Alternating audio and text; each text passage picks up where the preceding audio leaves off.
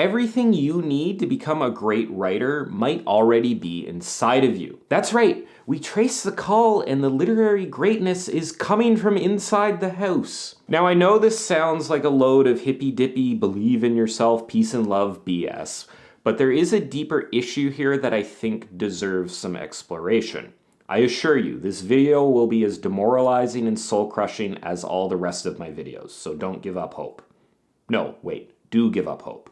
Does becoming a better writer involve absorbing a whole bunch of external knowledge and information, or is it more about honing the instrument you already have? Are we trying to fill up a basin, or are we trying to undam a river? Does writing brilliance come from in here, or out there, where my camera, teleprompter, and studio lights are? To explore this, we need to talk about how we value writing relative to other art forms, how this might indicate that writing really does come from within, and we'll also need to talk a little bit about how external information and internal examination can both work to improve writing. What we value about a talented writer is different from what we value about artists or musicians. With art like painting or drawing, it's often the artifacts of execution that are valued alongside the brilliance of the creator. When Picasso painted the Mona Lisa, the artifact that was created out of the execution of his artistic brilliance has become as valuable or more valuable than the brilliance of Picasso himself. The Mona Lisa itself, the painting itself, has almost immeasurable value from a cultural and artistic perspective, and allows us to understand the artistic brilliance of its creator. But I can print off 1,000,000 pictures of the Mona Lisa and they'd be almost worthless. A painting is valuable in part because of the talent that goes into its creation. The execution of the artist's brilliance is part of its importance. Likewise, I could paint a copy of the Mona Lisa brushstroke by brushstroke, and while it would be an impressive display of talent, my version would not be as valuable as the original because it doesn't reflect the brilliance that created it. I am using the brilliance of its original creator and only working through the execution of the artwork. And before you leave a comment, I know that Da Vinci painted the Mona Lisa. That was a joke before. Pablo Da Vinci painted the Mona Lisa. Even a 6-year-old knows that. Don't come after me. Now with writing, finding the value is a little bit different. Arguably, the artifact itself has less value and really just serves as a means of interpreting its creator's brilliance. Success as a writer doesn't mean having the manuscript that you wrote yourself being sold at auction for $2 million. Nobody goes to a museum to see a manuscript of a novel. Success as a writer means having a publisher print 2 million copies of the book and having millions of people read those copies. Now, there are exceptions to this. I'm sure you can find like an original manuscript for Carrie that Stephen King typed up himself on eBay for an absurd sum of money, but that's not the main game of publishing, and that's not the main way that we value and assess good fiction. And the only reason that something like that has any value is because the book was read by so many people. When you want to experience the Mona Lisa, you have to get on a plane and go to the Louvre or whatever to see it in person. When you want to read a great novel like Great Expectations or The Great Gatsby, you go and get a copy of it and read it. Reading any copy of a novel will get you the experience of that novel. You access the brilliance of its creator through reading a copy of their words. Now, I can take a copy of like Jane Eyre and copy it word for word, and I've written a great novel, but I haven't written a great novel. The difference between Bronte and Mai's process here is that her process was actually driven by her thoughts, whereas I was just executing on her creative brilliance to recreate the thing that she created. The thoughts that a writer has, which lead them to string together all the words that make up a great novel, is really what we value. The artifact of creation for an author is just a record of their thoughts, and it's these thoughts and ideas that are truly valued. We measure the quality of writing mostly by its ability to resonate with people. The writing is just a vessel for the thoughts of the author. Good authors understand how to captivate people on an emotional level. They take something that affects them in their own mind and communicate it to other people clearly through their writing. The people who read novels are usually not master writing critics. In fact, they may know very little about the craft itself or even things like character or story dynamics, but they know what affects them. They know what stories and characters they connect with. Their tastes might be crap, but that's just personal preference. In general, most people respond to the same things. That's why we have popular novels in the first place.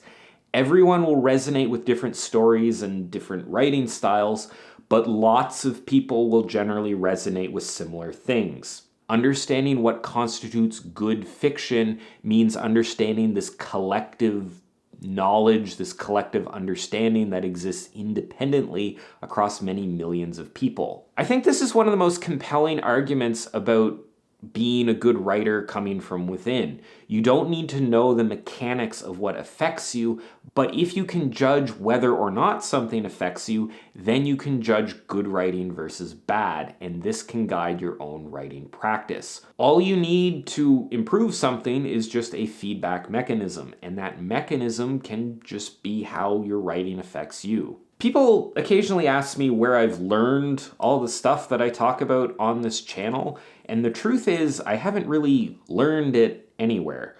Most of the time, it's just me trying to work back from some element of a story and trying to break down the mechanics of it. I read a novel and I'm affected by something, and I try to break down and understand why that thing works, why it affects me, and then I share that with you people. I don't have an MFA, I don't read a lot of craft books, I don't watch a lot of writing advice content, I just read and write and think and talk in front of a camera alone in a room with nobody else. This is how you can improve as a writer without any external input, because you technically already have a mechanism within you that will allow you to improve your writing. Now that improvement comes a bit through trial and error, but it's nonetheless improvement. Now I'm mentioning reading novels a lot here, and reading is often cited as a source for inspiration and understanding in improving writing.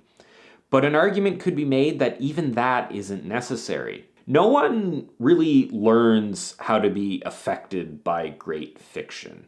You learn how to read, but being captivated by a story is not something you really learn. Like, nobody teaches you how to be affected by a character death, or how to feel good for a character when they're in love, or how to hate a villain and like a hero. Nobody really teaches that stuff. It just kind of happens automatically. Sure, you learn those things through exposure to different things in society and learning morals and all that kind of thing, but none of that stuff is writing craft knowledge. It's just kind of stuff you learn as a human being. Now, your tastes will certainly develop and change through time, and you can learn to appreciate and analyze a good story. Those are all skills that you can develop.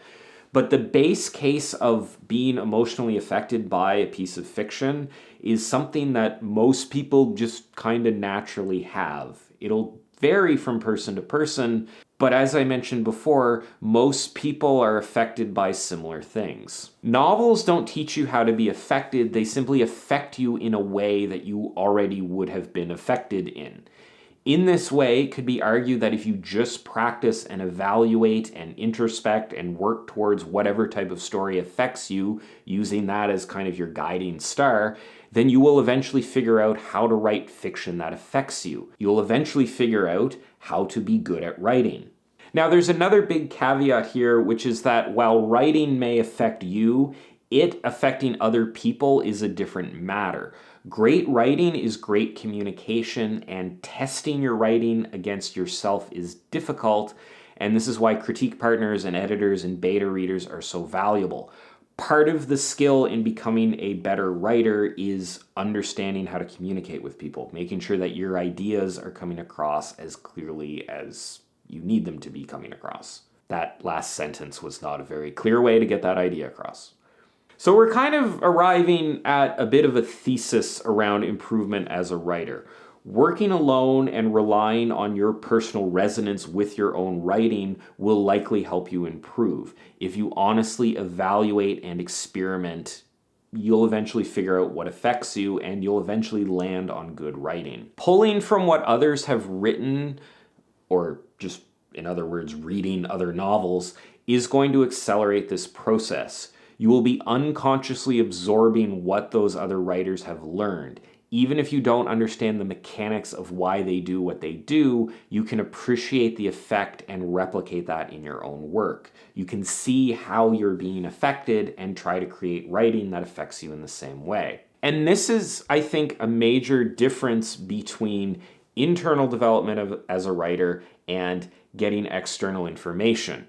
External teaching about writing has to do with the mechanics behind how writing affects you. This is what the information on this channel and craft books and all the other people spewing writing advice in your face are trying to do. They're trying to teach you the mechanics that go into good fiction. That's what all of this external teaching about writing is ultimately doing. It's not about showing you something that you wouldn't be able to figure out on your own. It's about accelerating the process and breaking down the mechanics behind it. When someone breaks down the mechanics of a character arc or a plot sequence or even how good prose needs to flow, you can arrive at effective writing in less time.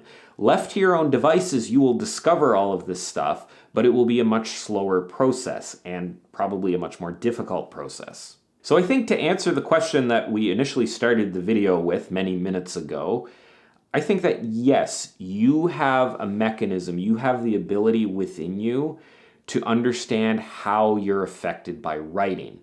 And you can use that mechanism to evaluate your writing, but doing that will be a slow process, and getting additional help from external sources like either craft advice or just by reading other novels, these things will accelerate the process, expose you to things you may not have thought of on your own, and probably make the process a little bit easier. So yes, you probably have everything you need to become a great writer inside of you already, but getting it out is probably going to be difficult to do on your own. Speaking of difficult things to do, it's time to end this video. Wait, am I saying that stopping listening to me ramble is difficult? So there you have it. I hope you enjoyed this video. I'd love to hear what you think about these ideas in the comments down below. If you want to see more stuff like this, you can check out all my other writing advice related videos and subscribe to my channel. Thanks for watching, and I'll see you next time.